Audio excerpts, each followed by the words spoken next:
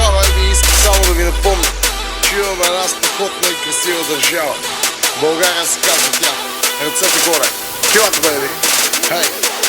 Тази песен не направих след като чух, че някак си загубили сме българския дух.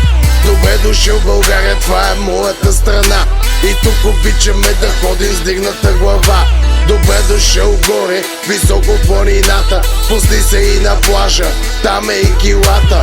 Тук е до Божа, златните реки, а най-големите звезди са на златни пясъци. В морето от лясъци и от купони красъци, чисто нови S-класи паркират началници.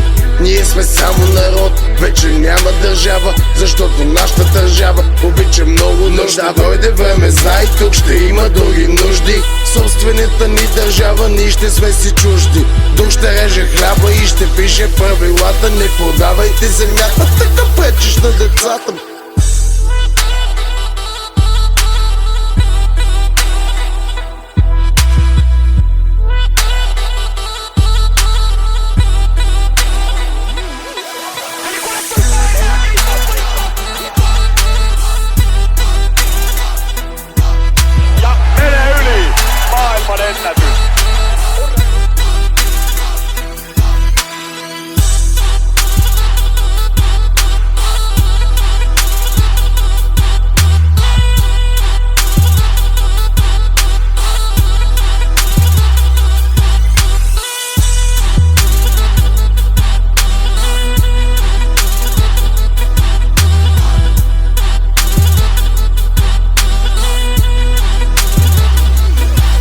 Искам моята държава да е за моите деца. Искам на нашото море и на нашата планина. И ако ние сме цветя, то ни трябва и земя. И на всеки му нужните и вода и светлина.